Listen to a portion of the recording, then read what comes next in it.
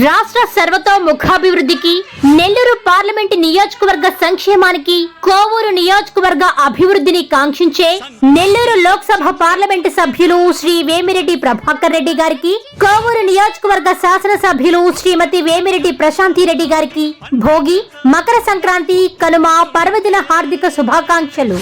ఇట్లు నిడిముసలి గ్రామం టీడీపీ నాయకులు దువ్వూరు మధుసూదన్ రెడ్డి మరియు సర్పంచ్ దువ్వూరు పావనిరెడ్డి.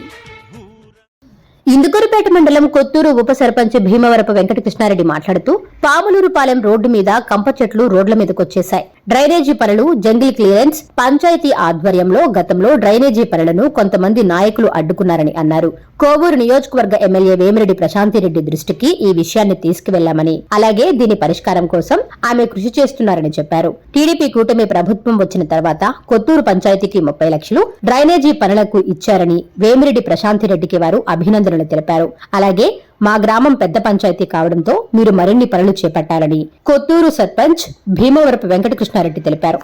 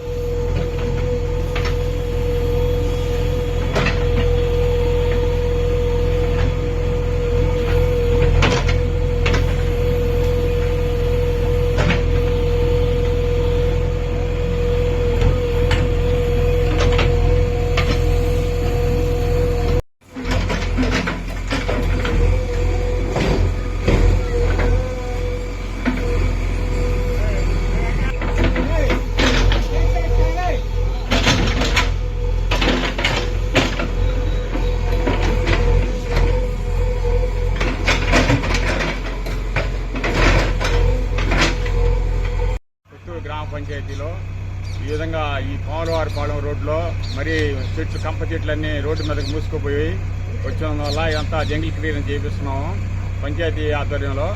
అదేవిధంగా గతంలో ఈ పక్కలంతా మురుగునీరు చేరిపోయి ఈ విధంగా గందరగోళంగా జబ్బులు వచ్చే పరిస్థితి ఉంటే మేము చొరవ తీసుకొని పంచాయతీ తీర్మానం తీసుకొని ఈ విధంగా కాలువ కట్టాలని ప్రపోజల్ పెట్టి కాలువ కట్టి అంతా బెడ్ కంకర అంతా వేస్తే కొంతమంది నాయకులు వాళ్ళ సొంత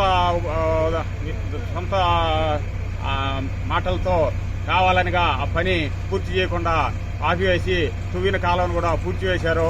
ఇది ఎమ్మెల్యే గారు మేడం వేమిరెడ్డి ప్రశాంత్ రెడ్డి మేడం గారు దాన్ని చొరవ తీసుకొని మా పంచాయతీలో ఈ కాలువ కట్టేదానిగా మాకు పర్మిషన్ ఇప్పించవలసిందిగా కోరుకుంటున్నాను. ఇది మేము ప్రతిదీ కూడా ఇప్పుడు దాదాపుగా ఎమ్మెల్యే గారు తెలుగుదేశం పార్టీ కూటమి ప్రభుత్వం వచ్చిన తర్వాత మా పంచాయతీలో 30 లక్షల రూపాయల సిమెంట్ డ్రైన్లు నిర్మాణం పూర్తి చేశాము. అదంతా ఎమ్మెల్యే గారికి నేను ఎంతో అభినందిస్తున్నాను.